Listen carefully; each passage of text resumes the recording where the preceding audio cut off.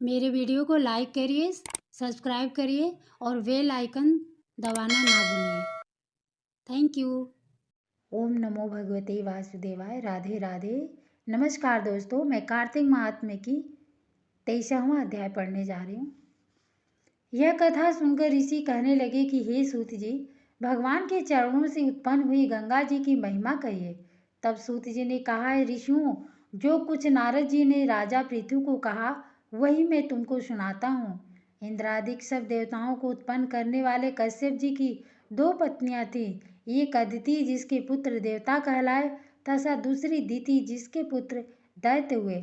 देवता तरह दैत्यों में नित्य ही कलह रहा करता था। उस समय विरोचन का पुत्र अर्थात प्रहलाद का पौत्र राजा बलि दैत्यों का राजा था। उसकी सेना अत्यंत विशाल थी। उसने समस्त पृथ्वी को जीतकर स्वयं का स्वर्ग का राज्य प्राप्त करने के लिए देवताओं पर चढ़ाई कर दी। इंद्र के राज्य को चारों ओर से घेर लिया। देवता भी युद्ध करने के लिए बाहर आए। तब अत्यंत घोर संग्राम हुआ। एक दूसरे पर प्रहार करते हुए कई वर्ष बीत गए। इसके पश्चात दैत्यों का बल बढ़ते हुए देखकर देवता मैदान छोड़कर भागने लगे। तत्पश्चात दैत्यों ने सारे स्वर्ग पर अपना अधिकार जमा लिया। बलि स्वयं इंद्र के आसन पर बैठने लगा। साथ ही देवताओं के समस्त कार्य अपने राष्ट्रों के अधीन कर दिए।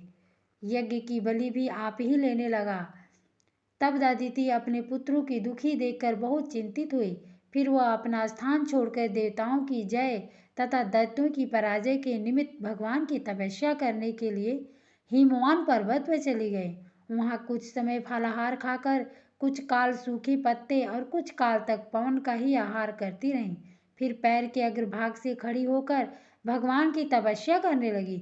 इस प्रकार 1000 वर्ष तक उग्र तपस्या की।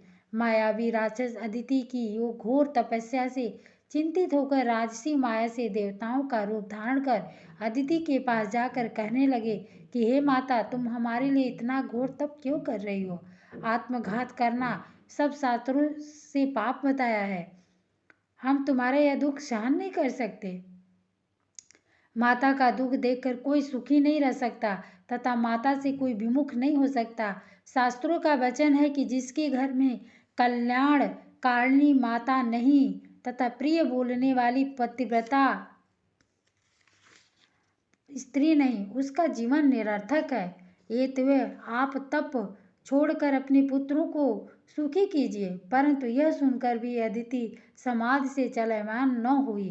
तब उन्होंने अदिति को मार डालने का निश्चय किया। ये तो उन्होंने अदिति को जीवित जला देने के लिए उस वन में आग लगा दी, परंतु उस अग्नि में दैत्य स्वयं जल गए। अदिति को किसी प्रकार की हानि नहीं पहुंची और न उन्हें इसका कुछ पता ही चला, क्योंकि भगवान ने अपने चक्र सुदर्शन से अदिति की रक्षा की। ओम नमो भगवते वासुदेवाय। राधे राधे। धन्यवाद।